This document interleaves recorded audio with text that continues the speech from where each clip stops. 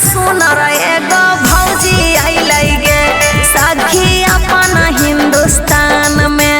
पाकिस्तान से सुपर एगो भौजी अइलै गे सखी अपन हिंदुस्तान में। घर घरारी बेच के बहलो बच्चा लेके महना मौजी अइलै गे सखी अपन हिंदुस्तान में। घर घरारी बेच के बालो बच्चा लेके महना मौजी अइलै गे सखी अपन हिंदुस्तान में। पाकिस्तान से सुनर एगो भौजी अइलै गे सखी अपन हिंदुस्तान में। पाकिस्तान से सुपर एगो भौजी अइलै गे सखी अपन हिंदुस्तान में।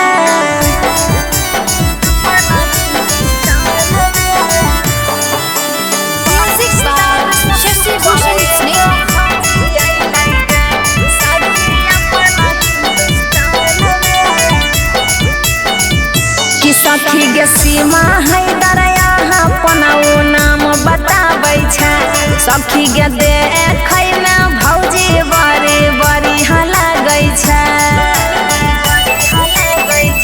कि सखी गे सीमा हैदर यहाँ पनाऊ नाम बताबै छै सखी गे देखै में भौजी बड़ी बढ़िया लागै छै।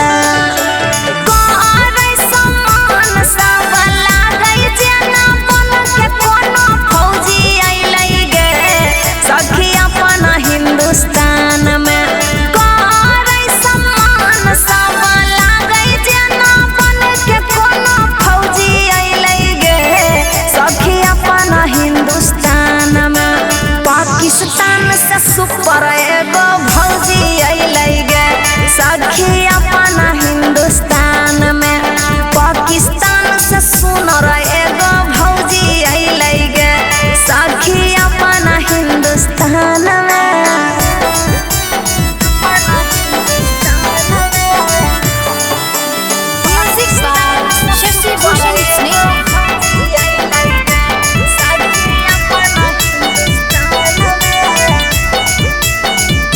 सखी गे खुश भेलै सचिन के पूरा परिवार मांगै छै मोदी जी से सीमा जी अपन अधिकार।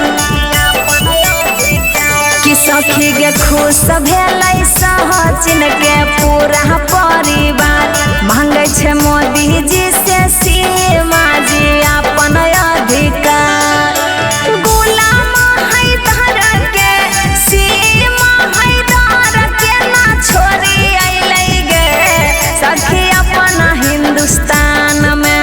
गुलाम हैदर के सीमा हैदर के ना छोड़ी अइलै गे सखी अपन हिंदुस्तान में।